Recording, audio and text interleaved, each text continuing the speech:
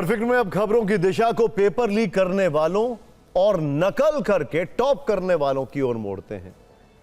ये खबरें दो अलग अलग राज्यों से जुड़ी हैं और ये बता रही हैं कि कुछ लोगों ने कैसे देश में परीक्षाओं पर भरोसा खत्म किया है और छात्रों के भविष्य को अंधकार में डुबो दिया है। एक तरफ महाराष्ट्र का वो गैंग है जो हर हाल में पेपर लीक कराना चाहता है जिससे उन्हें मोटी कमाई हो सके, वो अपनी तिजोरी भर पाए, और इसके साथ ही बेईमान और अयोग्य लोगों को हर क्षेत्र में शीर्ष पर पहुंचा दे। दूसरी तरफ राजस्थान के वो छात्र हैं और उनके परिवार हैं जो मेहनत से सफलता हासिल करने के बजाय नकल पर ज्यादा विश्वास करते हैं। वो शॉर्टकट और पैसे की ताकत पर सफल होना चाहते हैं, योग्य लोगों की जगह को छीनना चाहते हैं।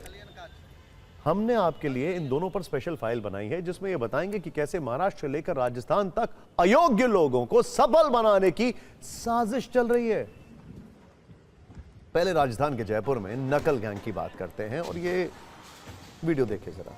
ये वीडियो जयपुर में पैरामेडिकल परीक्षा में एक सेंटर का है जहां कुछ छात्रों ने सेंटर पर जमकर हंगामा किया, कुर्सियां फेंकी और तोड़फोड़ की। यह इसलिए हुआ क्योंकि यहां कुछ छात्रों को नकल के जरिए परीक्षा पास कराने की तैयारी थी जो दूसरे छात्रों को पता चल गई। फिर टेबल की सारी टांगे सलामत नहीं रही, कुर्सियों के हाथ तोड़ दिए गए और हर सामान का चेहरा भी बिगड़ गया। नकल की एक कहानी प्रभा देवी मेमोरियल पीजी कॉलेज से शुरू हुई। यहां के परीक्षा केंद्र पर नकल करवाकर झुंझुनू के कॉलेज के 45 छात्रों को परीक्षा पास करवानी थी। इसके एवज में कुल 5.5 लाख रुपए का सौदा तय हुआ। परीक्षा से पहले सोमवार को जयपुर पुलिस ने नकल गिरोह में शामिल 2 कॉलेजों के 4 अभियुक्तों को गिरफ्तार किया। इनमें कॉलेज के संचालक, एचओडी और लेक्चरर शामिल हैं। नकल का मामला सामने आते ही वहां मौजूद दूसरे छात्र भड़क गए, हंगामा हुआ, परीक्षा को तुरंत रद्द करने की मांग पर अड़ गए।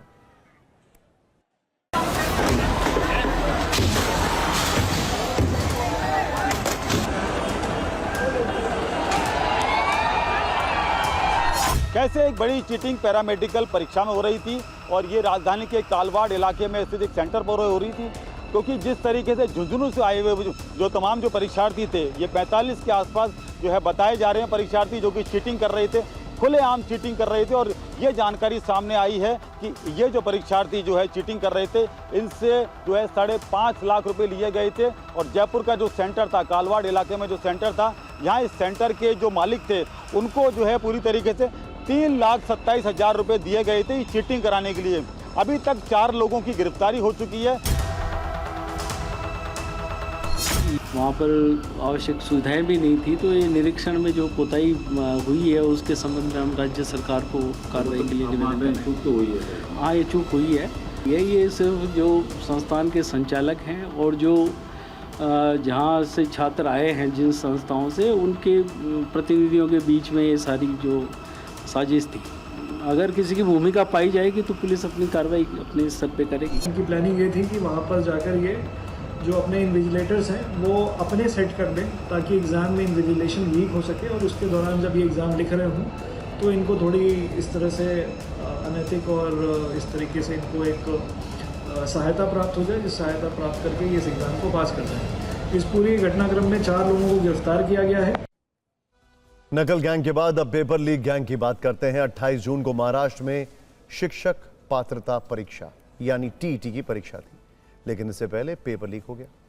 इस मामले में मुख्य आरोपी की पत्नी को गिरफ्तार किया गया था, जिसे आज कोर्ट ने 6 जुलाई तक पुलिस हिरासत में भेज दिया है। मुख्य आरोपी अभी तक फरार है। टीईटी पेपर लीक मामले में फरार मुख्य अभियुक्त का नाम विजेंद्र कुमार गुप्ता है, जिसकी पत्नी सुमन कुमारी को थाने पुलिस ने बिहार के पटना से गिरफ्तार किया था। पुलिस ने अभियुक्त को आज भिवंडी कोर्ट में पेश किया, जहां अदालत ने उसे 6 जुलाई तक पुलिस हिरासत में भेजने का आदेश दिया है। फिलहाल टीईटी पेपर लीक मामले में अभियुक्तों की संख्या बढ़कर 4 हो गई है और पुलिस इस पूरे रैकेट के अन्य संभावित अभियुक्तों की तलाश में जुटी है।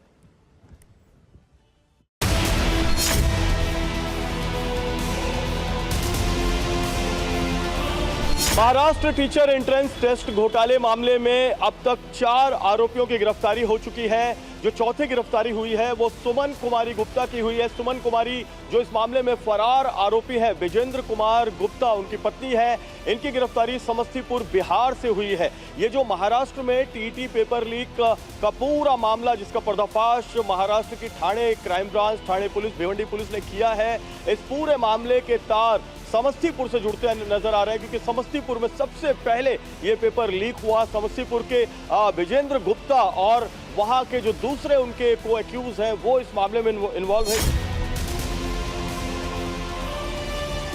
विजेंद्र गुप्ता इसमें वांटेड दिखाए गए हैं। उसके उपलक्ष्य में इसको अरेस्ट करके इससे कुछ आर्थिक व्यवहार हुआ है क्या, वो बारे में कोर्ट में पेशी की और वो दलीलों के ऊपर कोर्ट ने आज उसको सेम डे मतलब 26 जुलाई तक का पीसी दी है। 6 जुलाई। तो ऐसा माना जा रहा है कि मतलब वो भी शामिल हो उसमें? नहीं, ऐसा कुछ है ही नहीं है। खाली उनकी पत्नी होने के कारण, उनसे कुछ कॉल कॉन्टैक्ट्स होने के कारण वो ऐसा बोला गया है। बाकी ऐसा कुछ उनका सीडीआर, उनका कुछ वो बैंक का स्टेटमेंट ऐसा कुछ बताता नहीं कि ये विषय के अनुषंग से उनका कुछ वो लेन देन का विषय वगैरह हुआ है। पुढील वर्षापासून टीईटी व अन्य सर्व परीक्षा पूर्णतः पारदर्शक व शिस्तबद्ध वातावरणात ऑनलाइन पद्धतीने पार पाडण्याकरिता पुलिस जांच में यह भी पता चला है कि टीटी परीक्षा के प्रश्न पत्र आगरा में छापे गए थे। आरोप है कि वहीं से पेपर निकालकर विजेंद्र गुप्ता के 4 साथियों ने उन्हें 2 सहयोगियों तक पहुंचाया। ये दोनों पटना से दिल्ली पहुंचे और वहां से प्रश्न पत्र लेकर महाराष्ट्र के भिवंडी आए, जिसके बाद थाने पुलिस ने भिवंडी में कार्रवाई करते हुए 3 अभियुक्तों को रंगे हाथ गिरफ्तार कर लिया। जांच में यह भी पता चला है कि मुख्य अभियुक्त विजेंद्र कुमार गुप्ता का नाम इससे पहले वर्ष 2023 में ओडिशा एसएससी पेपर लीक मामले में भी सामने आया था। वो गिरफ्तार हुआ था, बाद में कुछ शर्तों के साथ जमानत मिल गई थी। यानी महाराष्ट्र टीटी परीक्षा पेपर लीक से पहले भी विजेंद्र गुप्ता लीक वाले काम करता था। इस फाइल में हमने नकल वाले यूनिवर्स की 2 प्रजातियों का जिक्र किया है। ये दोनों प्रजातियां क्या कर रही हैं, ये आपने फिक्र की इस फाइल में देखा। कुल मिलाकर ये दोनों ही वर्ग मिलकर भारत में होने वाली हर परीक्षा को अयोग्य लोगों का ओलंपिक बना देना चाहते हैं, जो कि एक चिंताजनक बात है। कड़ी मेहनत करके परीक्षा की तैयारी करने वाले हर छात्र का दिल ऐसी घटनाओं को देखकर बार बार टूटता है।